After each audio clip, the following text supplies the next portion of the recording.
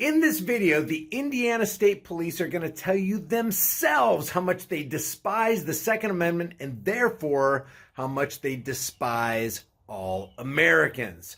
Welcome to the Here's the Deal channel. Roll the intro. Pursuit of a Mazda heading south on 3 Points Road.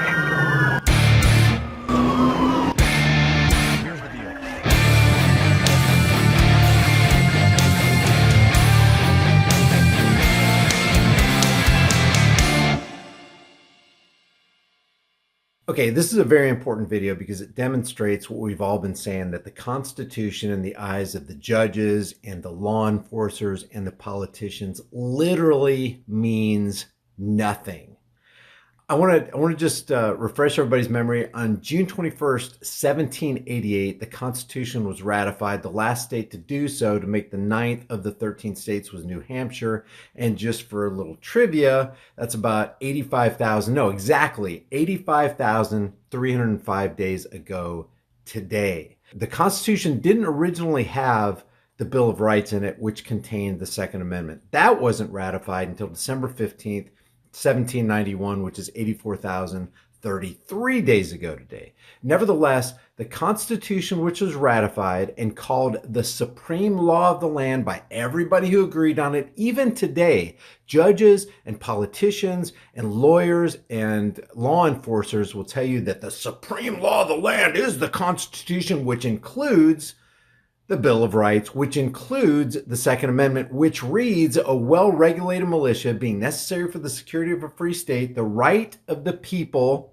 to keep and bear arms shall not be infringed. That is called the supreme law of the land. Just in case there's any question as to what supreme means the highest in rank or authority, highest in degree or quality. Supreme means it is the highest law in the land. There is nothing higher. Everything else is beneath it and is subservient to it. So specifically what we're talking about here is the Second Amendment. The Second Amendment, the right to keep and bear arms shall not be infringed, is the supreme law of the land.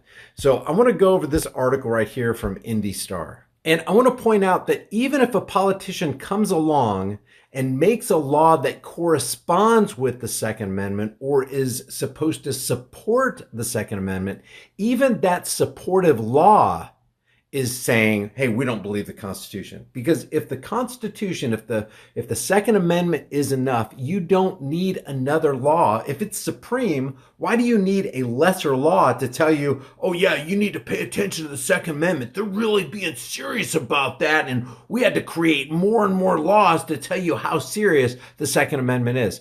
That's ridiculous. It's a redundancy. It's an unnecessary redundancy. So this article, the title reads, House Republicans push to nix the state's handgun permit requirements. It says Republicans in the House are trying once again to nix the permit requirement for those carrying a handgun in Indiana, despite resistance from, guess who? Police officers across the state. We're going to hear from one of those police chiefs in a second. House Republicans have failed to pass a similar bill in years. The House Public Policy Committee voted on Wednesday along party lines to send House Bill 1077 to full floor for a vote, with every Democrat voting against the controversial measure. The House could vote on the proposal as early as next week. Under House Bill 1077, anyone who legally can carry a handgun now could do so without a permit moving forward. Guess who can do it? Everybody. Everybody. The right to keep and bear arms shall not be infringed. There's no caveats. It's not like, well, if you're not a felon, you can keep and bear arms. Even if, guys, there are a lot of people who've been pinned with felonies who, it's illegal for them to carry a firearm, but they've been pinned with felonies and they're completely innocent. One of the first people that pops into my mind is Kevin Strickland. Kevin Strickland was put in jail back in 1978 for a triple homicide. They found out that he didn't even do it. The two guys who actually did do it and said Kevin Strickland had nothing to do with it served 10 years each. Kevin Strickland was just recently released after 43 years in prison as an innocent man. So don't tell me that just because the state declares you a felon, you actually are. And even if you actually are, can you not change your ways? Should we really have the real felons in government telling you that you can't have a firearm because you're a felon? That's just a question I'm throwing out there. Under House Bill 1077, anyone who legally can carry a handgun now could do so without a permit moving forward. The bill would also elevate the theft of a firearm to a level 5 felony, meaning someone convicted would be in prison between 1 and 6 years and may be fined as much as $10,000. And that's interesting, because theft of firearms is exactly what gun control advocates want to do. They want to steal your AR-15s, your AK-47s, your high-capacity magazines, they call them. That's theft of your firearm. So they should go to prison. I totally agree with that. It says bill author and committee chair Representative Ben Smaltz argued that the inability to qualify for a license isn't stopping anyone who shouldn't carry a handgun from doing so. In other words, criminals who want to carry a handgun or who want to possess firearms aren't going through the legal means to get it. Thus, they are criminals. They will work around laws. Laws only serve two purposes. They increase the coffers of the state, and number two, they exact tyranny on the people, taking away more and more of their rights. He says, I'm here with House Bill 1077, representing Mr. and Mrs. Lawful Hoosier. That's who I'm trying to help with 1077. Guess what? There's already a law in the land that helps Mr. and Mrs. Lawful Hoosier and everybody else in America. It's called the Second Amendment. The right to keep and bear arms shall not be infringed. So he says, that's who I'm trying to help with 1077, to tell that person that they matter and that they don't need to be delayed, that they've done nothing wrong their entire life. They are not a prohibited person. They should be able to defend themselves in public, at home, where they choose. Then it says, the legislation signals a rare break between Republicans and police officers on public policy, with multiple law enforcement organizations testifying against the bill. Which means if they're against 1077, they're also against the supreme law of the land, including the Indiana State Police and the Indiana State Fraternal Order of Police. That tells you exactly what they're thinking. You know what they're thinking? Their thinking is they don't care about the Constitution. They don't care about their oath to the Constitution to protect and defend and uphold the Second Amendment right to keep and bear arms, which shall not be infringed. They're basically saying, no, it should be infringed. Law enforcement representatives worried about the inability for officers to quickly determine whether someone legally should possess a handgun while on the side of the road, while we're out there exacting our tyranny, while we're out there being road pirates. We want to make sure that this person's not on some kind of list if the license is nixed altogether. Plus, the system in place now, they say, works. So they're arguing from pragmatism. Hey, we have a law against the supreme law of the land, which we took an oath to protect, defend, and uphold, and it works. So, hey, we need to keep on doing it. We need to keep on this course of tyranny. The licensure process, quote, this is from the Indiana Association Chiefs of Police. The licensure process acts as a screening mechanism for law enforcement to keep guns out of the hands of those who shouldn't have them. Guess who shouldn't have them? The Indiana State Police and all other police agencies, because power corrupts and absolute power corrupts absolutely. And when you have somebody who's absolutely corrupted, you probably don't want to put a gun in their hands. I don't understand why we want to strip away one of the most effective tools that law enforcement has to prevent avoidable gun-related events in our communities.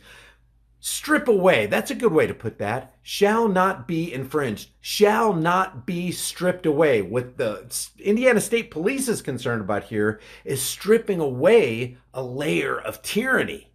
We want to keep the tyranny and we want to get rid of the freedom. That tells you exactly where their hearts are. According to the Indiana State Police, about 30% of the 1,600 rejected applications for a handgun carry permit were rejected because the applicant had a felony conviction. Can you imagine?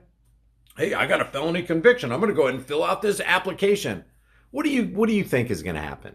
I don't even trust that number because it comes from the police department. Of the members of law enforcement who testified during Wednesday's committee, only one officer supported House Bill 1077, which the guy who came forward should have gone, you know what? We don't need 1077. We have the second. It's called the Second Amendment, ratified on December 15th, 1791. 84,033 days ago. Dang it.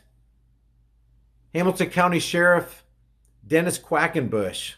Others were opposed. Democratic Representative Terry Austin says our police officers and law enforcement officers' jobs are tough enough. They have been through the convids 1984 by George Orwell. They've been through riots. The last thing they need from us right now is to pile one more thing on. In other words, the last thing these cops need from us is for us to uphold the Second Amendment.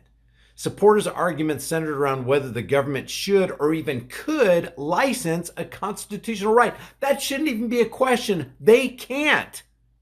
It's a right. It's a freedom.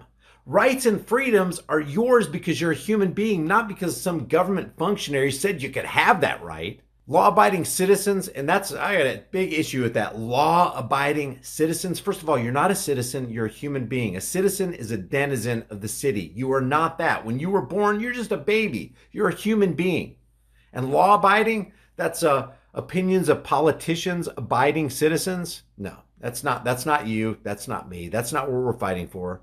Have to deal with delays when trying to exercise their Second Amendment rights, supporters said, especially during the planned organized partial shutdown of the U.S. economy in the second quarter that they call the pandemic. Attorney Guy Relford, one of the most influential pro-Second Amendment voices in Indiana, said the permit requirement shouldn't have even been in Indiana law in the first place. Quote, the conversation today at its core is about a constitutional right. Amen. Somebody with some knowledge here. If you already have that right, you shouldn't have to beg the government for permission to exercise that right. That is the bottom line.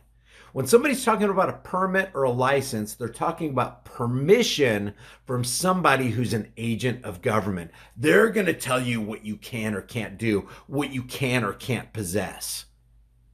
Since at least 2016, advocates have pushed for so-called constitutional carry in Indiana with no success. Last year, for example, the House passed a similar bill to House Bill 1077 by 65-31 vote, but it met resistance in the Senate. Despite more than half of the Senate Republican caucus signing on as co-sponsors, Senate leaders declined to give the bill a hearing before the deadline on the Senate side, effectively killing the legislation. We know what they're thinking about. Last year in a Facebook post, this Republican said that his main concern was that a database detailing who could not carry a handgun wouldn't be ready by the deadline laid out in the bill. This guy says, law enforcement believes being able to access this information in the middle of the night during a traffic stop is important, and thus, so do I. The bottom line is law enforcement's ability to determine who is prohibited from carrying a concealed weapon is important, and this bill does not achieve that. In other words, the Second Amendment, which is the supreme law of the land,